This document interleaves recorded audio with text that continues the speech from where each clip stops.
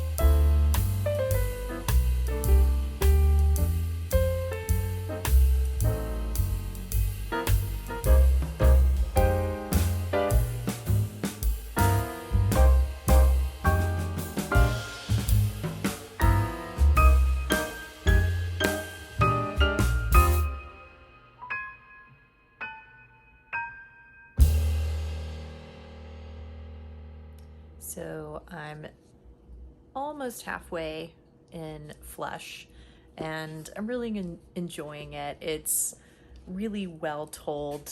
It really does sound like the perspective of a dog, especially with all of the sensory descriptions of smells and sensations.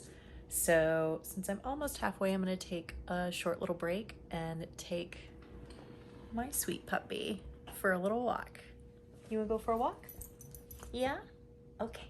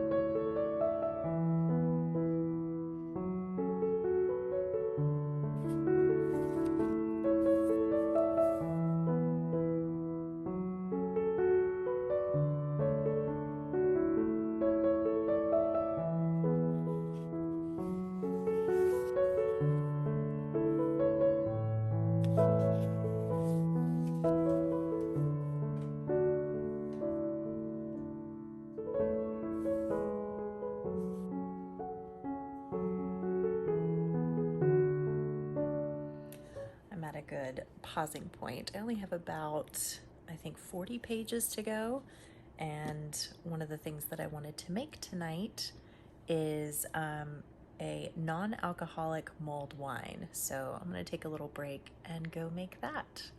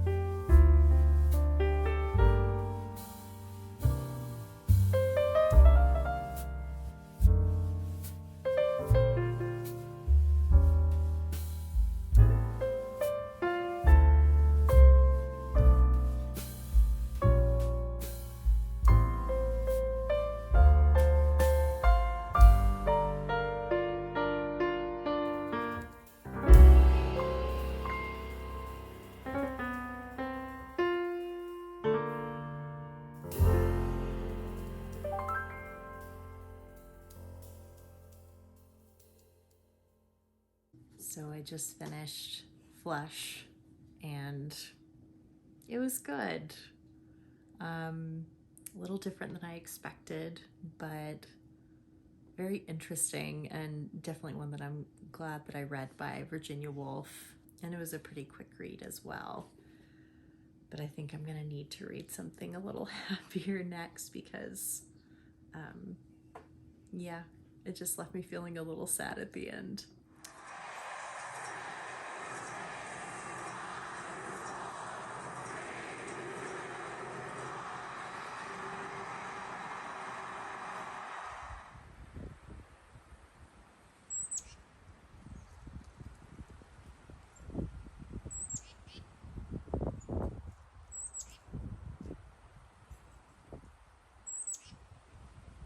Good morning and Happy New Year.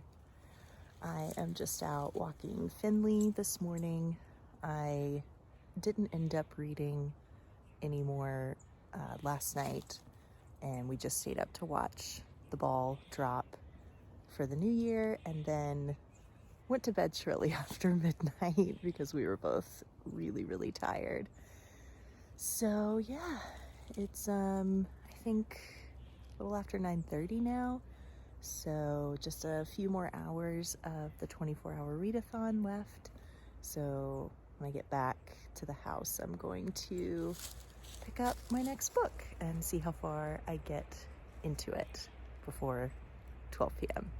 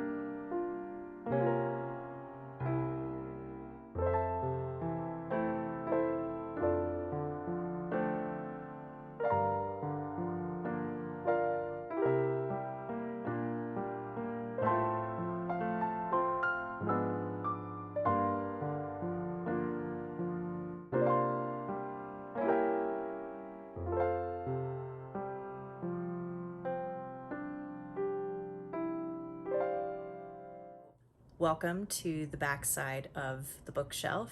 This is our bedroom area. And also, it has officially been 24 hours, so the readathon is complete. I wanted to do a little bit of a wrap up, just to talk through what I was actually able to read. I did not read all of the books that I had selected for this challenge. I think I was a little ambitious, but because it was my first time trying this 24-hour readathon, I wanted to make sure that I had plenty of options to choose from. I obviously did not read all the way through the 24 hours. I did take breaks. I stopped to eat. I took Finley for walks. I slept for 8 hours. So, this challenge wasn't so much about like, let's see if I can read for 24 hours straight. It was more about, let's just see what I can read in a 24-hour period, and also like do kind of the normal things that I would be doing anyway. One book that I did finish all the way was Flush by Virginia Woolf.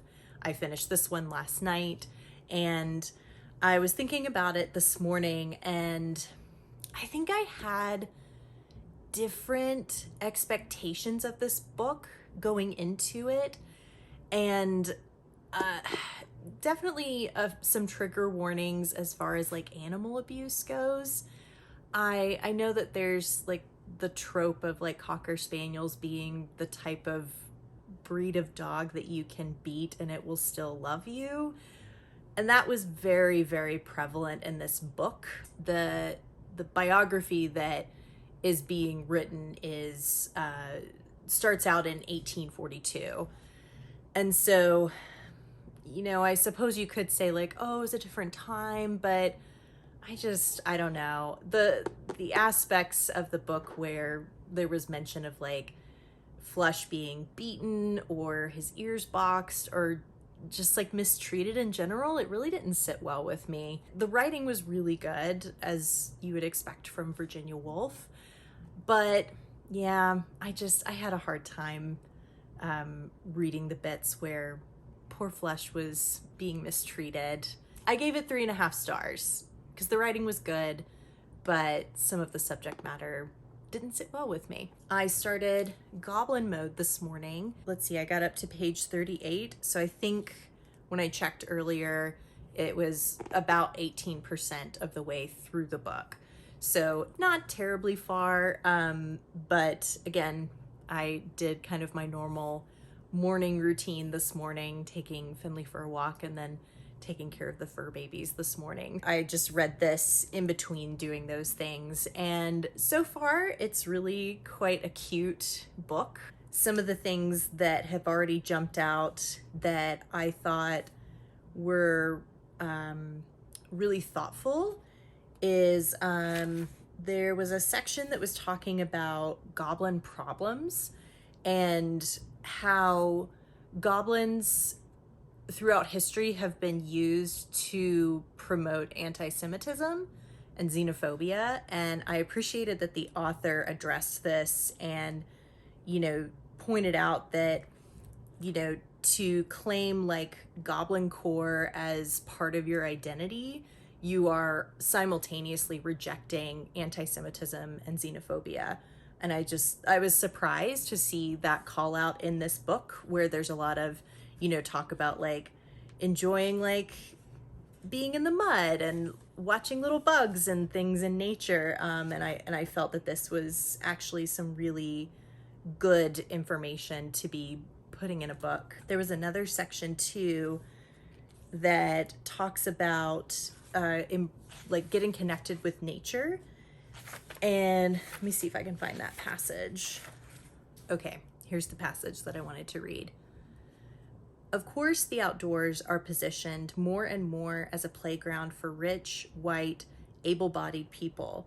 We can't talk about nature without talking about lack of access to nature, whether physical or sociological, and general gatekeeping.